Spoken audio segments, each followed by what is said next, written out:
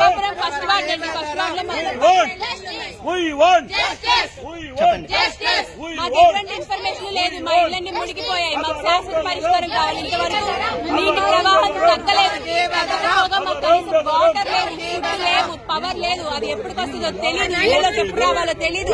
నీళ్ళు ఎలా ఇంకిపోవాలి అని అడుగుతుంటే ఎండకే ఎండాలి అని చెప్పి చాలా చెప్తున్నారు. ఆహారం లేదు.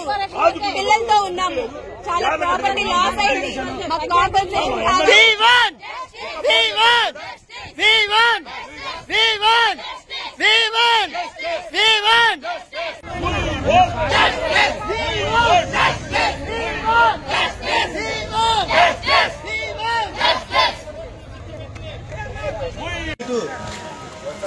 విజయవాడ సెంట్రల్ నియోజకవర్గంలోనే బాంబే కాలనీ ఎక్స్ప్లాగ్కి సంబంధించినటువంటి పరిస్థితి.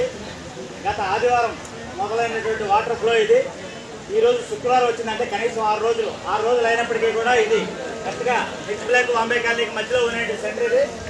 ఇప్పటికే చాలా స్వచ్ఛంద సంస్థలు నిన్న మొన్న మా అవసరాలకు మించినటువంటి సహాయం చేసే కానీ ఈరోజు ఈ ఫ్లడ్ దగ్గర అనుకుంటున్నారేమో తెలియదు కానీ పొద్దు నుంచి కూడా ఇక్కడ ఎటువంటి సహాయక చర్యలు అందక ప్రజలంతా కూడా తీవ్ర ఇబ్బందులు పడితే ఇలా రోడ్ల మీదకి వచ్చి ఎక్కడైనా కాంప్లెక్స్ల దగ్గర నీళ్ళు లేని చోట సేద తీరుతూ ఉన్న పరిస్థితి.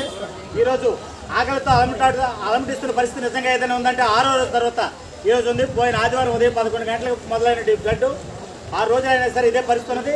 ఇక్కడ నుంచి నేరుగా వస్తున్న నీరంతా కూడా ఇలా బాంబే కాలనీ గుండా వెళ్తూ వాళ్ళ ఇళ్లలో మొత్తం ఇప్పటికే సర్వనాశనం అయిపోయారు. ఆర్థికంగా చాలా చితికిపోయారు. కట్టు బట్టలు తప్ప వాళ్ళకి ఏమీ లేవు. తినడానికి కానీ వండుకోవడానికి కానీ ఎటువంటి పాత్రలు కానీ ఏమి మిగిలినట్టు పరిస్థితి. అయినప్పటికీ కూడా ఈ రోజుకి ప్రభుత్వం నుంచి కానీ స్వచ్ఛంద సేవా సంస్థల నుంచి కానీ ఎటువంటి సహాయం అందనట్టు పరిస్థితి దీనంగా ఎదురు చూస్తూ ఉన్నారు ప్రభుత్వ సహాయం కోసం, స్వచ్ఛంద సేవా సంస్థల సహాయం కోసం. దయచేసి ఈ వీడియోని మీకు ఎవరికైనా అందినట్టయితే దీన్ని ప్రభుత్వానికి చేరేలాగా, ప్రతిపక్ష పార్టీలకు చేరేలాగా, అలాగే స్వచ్ఛంద సేవా సంస్థలకు చేరేలాగా ఫార్వర్డ్ చేయవలసిందిగా ఈ రాజీవ్ గృహాలపై ఎక్స్ప్లాగ్ ప్రెసిడెంట్గా ఆర్ఎస్ నాయుడు నేను విజ్ఞప్తి చేస్తా ఉన్నాను. ఇప్పటికైనా ఈ యొక్క నీటి పారుదలని అదుపు చేసి ప్రజల్ని ఉడ్డుపడే మార్గం చూడాలని చెప్పి కోరుతా ఉన్నాను.